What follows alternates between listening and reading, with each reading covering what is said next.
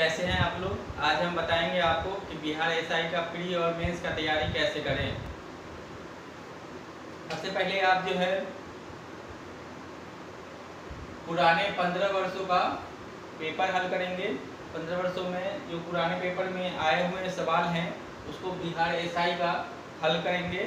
इससे आपको पैटर्न का पता चल जाएगा, ये भी पता चल जाएगा कि कितने प्रश्न किस सब्जेक्ट से पूछे जाते हैं। इसके लिए आवश्यक है पुराने प्रश्नों को हल करेंगे और जिस भी सब्जेक्ट से आप पढ़ेंगे, जिस भी सब्जेक्ट को पढ़ेंगे, जैसे हिस्ट्री आपने पढ़ा तो लुसेंट को भी हिस्ट्री पढ़ेंगे, लुसेंट का भी हिस्ट्री पढ़ेंगे। इससे ऑब्जेक्टिव और एक कंसेप्ट दोनों तैयार होता रहेगा आपका। और हिस्ट्री पढ़ रहे हैं तो आप उसी किताब का ऑब्जेक्टिव फॉर्म भी पीछे जाकर देखेंगे कि आपका कितना तैयार हुआ, आपने जो पढ़ाई किया है उसमें से कुछ याद भी है कि नहीं है। इसलिए अब देखते हैं सर्वाधिक क्वेश्चन कहाँ से पूछे जाते हैं। आपको 5 सब्जेक्ट पे ज़्यादा फोकस करना है, 5 सब्जेक्ट पे फोकस करेंगे और बाकी चीज़ों को भी हल्का हल्का पढ़ लेंगे तो आपका एग्ज़ाम 100% निकलेगा। तो कैसे निकलेगा ये हम आगे बता रहे हैं। तो पहला है हिस्ट्री, सर्वाधिक क्वेश्चन प्रश्न जो है हिस्ट्री से पूछा जाता है, सर्वाधिक प्रश्न, वो भी मॉडर्न हिस्ट्री से। तो आप इसके लिए स्पेक्ट्रम का एक बुक ले लेंगे, स्पेक्ट्रम का बुक ले लेंगे मॉडर्न हिस्ट्री का। और एंशिएंट और मिडल के लिए एस के पांडे सर का बुक ले लेंगे। ये इतना ले लेंगे तो आपका हिस्ट्री जो है पूरा कवर हो जाएगा। और अब देखते हैं दूसरा क्वेश्चन है आपका साइंस का, जहाँ पे अत्यधिक सवाल पूछा जाता है। साइंस में जो 20 सवाल के आसपास रहता है। साइंस को पढ़ने के लिए लुसेंट का साइंस ले लेंगे और एक स्पीडी लेंगे। साइंस जो है लेना है लुसेंट का सामान्य विज्ञान का अलग से बुक आता है जिसमें बायोलॉजी, फिजिक्स, केमिस्ट्री तीनों दिया हुआ है और इससे आपका जो है तैयार हो जाएगा साइंस। फिर आप देखते हैं कि तीसरा है आपका करेंट अफेयर। करेंट अफेयर आपको 1 साल का पढ़ना है, जनवरी से लेकर के दिसंबर के बीच में, क्योंकि दिसंबर तक लगभग एग्जाम हो सकता है। तो 18 सवाल पिछली बार पूछे गए थे, तो इसके लिए आपको जो है 1 वर्ष का करंट अफेयर पढ़ना है और प्रतियोगिता दर्पण और स्पीडी दोनों लेना है आपको। और 1 वर्ष का कंप्लीट तैयार करें, अच्छे से पढ़े तभी कवर हो पाएगा। और ज्योग्राफी में आप महेश पटवाल का बुक लेंगे और लुसेंट साथ साथ में पढ़ेंगे, लुसेंट के पोर्शन को पढ़ेंगे तभी ऑब्जेक्टिव सवाल पे आप देख पाएंगे कितना आपका जो भी पोर्शन पढ़े लुसेंट से साथ में पढ़ लें और उसी का आप जो है प्रश्न उसी पेपर का देखें कि कितना आपको याद हुआ है। तो इसका जो है डेली कंसेप्ट बनता रहेगा और डेली आप जो है नोट्स बनाएंगे, कुछ अपना नोट्स भी लिखते रहें। खुद का नोट्स जब तैयार रखेंगे तो एग्ज़ाम के समय में आपको बहुत आसानी हो जाएगी, क्योंकि एग्ज़ाम के समय में ये समझ नहीं आता है कि अब 1 हफ्ता बचा है तो मैं क्या पढ़ूँ क्या छोड़ दूँ, तो उस समय बहुत दिक्कत हो जाता है। तो जो बच्चे खुद का नोट्स तैयार रखते हैं, जो भारी भारी सवाल होते हैं उसी का कुछ पॉइंट खाली लिखें और कोशिश करें 2 या 3 कॉपी में सब लिख डालें। बस इम्पोर्टेंट चीज़ जो आपको याद नहीं है उसी को रिवीजन करना है, जो भारी चीज़ है उसी को रिवीजन करना है। हल्की चीज़ों को आप तो वैसे भी याद रहता है, कुछ काफ़ी पोर्शन जो हल्की चीज़ है उसको नहीं लिखेंगे। और जब भी कोई बुक पढ़ेंगे तो हल्का हल्का अंडरलाइन कर लें पेंसिल से, ताकि बाद में आप मिटा भी सकें जरूरत पड़ने पे। और जब अंडरलाइन करके देखेंगे आप एक पेज में मुश्किल से 5 से 7 सवाल रहता है, पूरा पेज पढ़ना पड़ता है, बार बार पढ़ना पड़ता है। अंडरलाइन रखेंगे तो एक पेज को पढ़ने में मुश्किल से आधा मिनट लगेगा। ऐसे क्या है एक पेज को पढ़ने में 2 मिनट लग जाता है, 5 मिनट लग जाता है। तो आपको उतना समय नहीं देना है बार बार, क्यों? क्योंकि इतना समय आपके पास है नहीं। तो आप कुछ ट्रिक अपनाएं जो मैं बता रहा हूँ। ये ट्रिक क्या है, अंडरलाइन हल्के हल्के करें। एक किताब को आप देखेंगे दूसरी या तीसरी बार पढ़ने में आप 5 घंटे में ही एक पूरा किताब एक ख़त्म कर सकते हैं। तो इसलिए आवश्यक है कि हल्का हल्का अंडरलाइन कर लें महत्वपूर्ण सवाल पे, ताकि जब अगली बार जब पढ़ें तो उसी पोर्शन उसी पॉइंट को पढ़ें। नोट्स तैयार करें, हल्की अंडरलाइन करें और एक ही किताब को 4 से 5 बार कम से कम पढ़ें, बार बार पढ़ें, जरूरत पड़े तो 10 बार पढ़ें। लेकिन तभी याद हो पाएगा। बार बार किताब बदलेंगे तो कभी भी आपका एक भी किताब कंप्लीट नहीं हो पाएगा, कोई भी पोर्शन सही से कंप्लीट नहीं हो पाएगा। तो आप एक ही किताब को 5 से 10 बार तक पढ़ें। एक बार पहले पूरी कंप्लीट किताब पढ़ें, आगे से लेकर के पीछे तक सब पढ़ जाएं।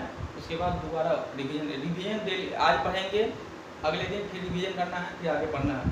यही काम अगले दिन फिर पूरा रिवीजन करना है, फिर आगे पढ़ना है। फिर कंटिन्यूस लगा के रखें, जब एक बार कंप्लीट हो जाए किताब फिर वापस से आएँ। ये रहा ज्योग्राफी का। फिर पॉलिटी का।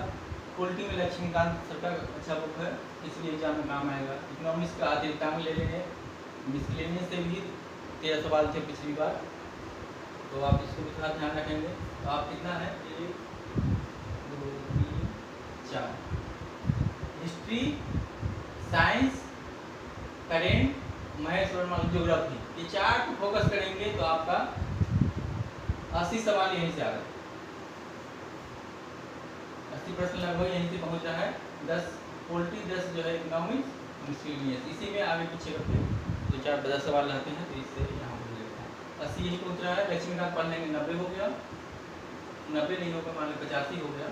तो आपको यहीं से मेन फोकस करना है। 10-15 सवाल इधर उधर से रहेंगे, तो 4 किताब आपको पढ़ना है, जिससे यहाँ से क्वेश्चन टकराएंगे। आपको गहन अध्ययन करना है।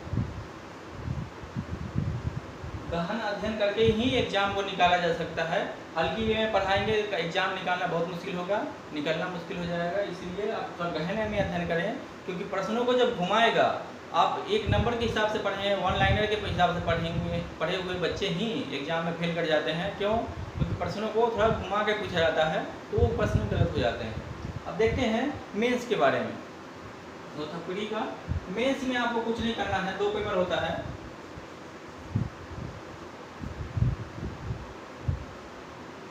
एक पेपर है हिंदी का और दूसरा है जीएस का। दोनों में 100 प्रश्न ही रहते हैं। दोनों में हिंदी आपका क्वालिफाइंग है, हिंदी आपका क्वालिफाइंग है, और जीएस पे मेरिट बनेगा। मेंस के जीएस से मेरिट बनेगा। ये दोनों ही पेपर ऑब्जेक्टिव फॉर्म में रहता है। प्री और मेंस दोनों ऑब्जेक्टिव फॉर्म में है, कोई दिक्कत है नहीं। क्यों? क्योंकि जो सब्जेक्टिव लिखने से बच्चे डरते हैं, क्योंकि उसकी तैयारी विस्तृत रूप से करना पड़ता है। तो आपको मैथ और रीजनिंग, मैथ जो है 6 सवाल पूछा था पिछली बार, और रीजनिंग 13 सवाल पूछा था। तो ज़्यादा क्वेश्चन नहीं, 19 सवाल आते हैं। 19 प्रश्नों में भी कुछ क्वेश्चन हल्के होते हैं। आप डेली अभी से ही 1 से 3 घंटा डेली आप मैथ और रीजनिंग और हिंदी पे दे देंगे, तो आपका मेंस भी कवर हो जाएगा। इसे 2 घंटा ही दें, 2 घंटा भी देंगे तो आप जो है पूरा सिलेबस के साथ एक साथ पढ़ेंगे। तो ज़्यादा है नहीं, क्योंकि जीएस 81 क्वेश्चन सेम रहेगा, बस आपको 19 क्वेश्चन जो है जीएस में ही मैथ और रीजनिंग का, वो भी ऑब्जेक्टिव फॉर्म में रहेगा। अभी से प्रैक्टिस करें, क्योंकि मैथ और रीजनिंग प्रैक्टिस की चीज़ें हैं, उसको आसानी से सीखा जा सकता है, बशर्ते कि आप कंटिन्यूस उसको 1 से 2 घंटा 3 घंटा दे हो डेली। और हिंदी का एक पेपर रहेगा, वो क्वालिफाइंग है। तो आप देखिए, अब तक देखिए, पीटी होगा, मेंस होगा, उसके बाद फिजिकल होगा।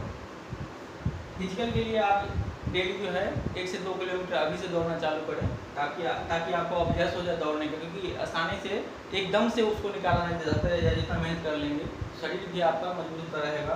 पीटी का 100 क्वेश्चन रहेगा, मेंस में 2 पेपर होगा 100 क्वेश्चन का, और एक फिजिकल होगा। मेंस में आपका जो है जीएस पे मेरिट बनेगा। तो अभी तक आपने देखा कि एग्ज़ाम प्री और मेंस निकालने के लिए आपको पुराने प्रश्नों को हल करना है। पहला स्टेप, पुराने प्रश्नों को हल करेंगे, डेली एक प्रैक्टिस सेट लगाएंगे, ताकि एक अनुभव बढ़ता रहे और ये गलती होने की संभावना ना रहे। जो बी और सी में 3 से 5 प्रश्नों का फायदा मिलेगा अगर डेली प्रैक्टिस सेट लगाते हैं। वो भी समय पीरियड 2 घंटा का समय दिया गया है, 2 घंटे समय पीरियड में 100 सवाल करने हैं, तो भी समय कम पड़ जाता है कि लोग प्रैक्टिस नहीं करते हैं। इसलिए आपको डेली प्रैक्टिस करना है, एक दिन बीच में कर सकते हैं। तो 15 पुराने प्रश्नों को हल करना है, डेली एक प्रैक्टिस सेट लगाना है। 5 सब्जेक्टों पे मेन फोकस करके आप एग्ज़ाम निकाल सकते हैं। वो हमने पिछले अभी बताया है, हिस्ट्री, ज्योग्राफी, साइंस, करेंट और 5वां है पॉलिटी। ये 5 चीज़ों पर फोकस करके आप एकदम से एग्ज़ाम निकाल सकते हैं, प्री और मेंस दोनों। हिंदी आपका उधर बढ़ जाएगा, मैथ और रीजनिंग थोड़ा सा बढ़ जाता है मेंस में, प्री का सिलेबस मेंस में है। और आप कंटिन्यूस फोकस करेंगे, कंटिन्यूस 8 घंटा आपको डेली पढ़ना है तो पढ़ना है कुछ समय के लिए। जितनी बाहरी चीज़ें हैं, दोस्त हैं, चाहे कहीं भी है, ग्रुप डिस्कशन दोस्तों के साथ कर सकते हैं। बाकी इधर उधर जाएंगे तो आपका टाइम वेस्ट ही होगा। और नोट्स बनाएंगे और गहराई से अध्ययन करेंगे तो आपका एग्ज़ाम 100% निकलेगा, ये विश्वास करें अपने आप में। और वो विश्वास तब आएगा जब आप 8 घंटा डेली पढ़ेंगे, ताकि सिलेबस तेज़ी से आपका कवर होगा सिलेबस, तो यही लगेगा कि एग्ज़ाम निकल सकता है। एग्ज़ाम निकलेगा जब आप 8 घंटा पढ़ेंगे, सारे सब्जेक्ट को फोकस होकर पढ़ेंगे, तब जाकर एग्ज़ाम निकलेगा। तो आज का वीडियो कैसा लगा आप कमेंट सेक्शन में कमेंट करेंगे। और हमारी शुभकामना है आप इस वीडियो को देखकर फॉलो करें और एग्ज़ाम निकालें। धन्यवाद।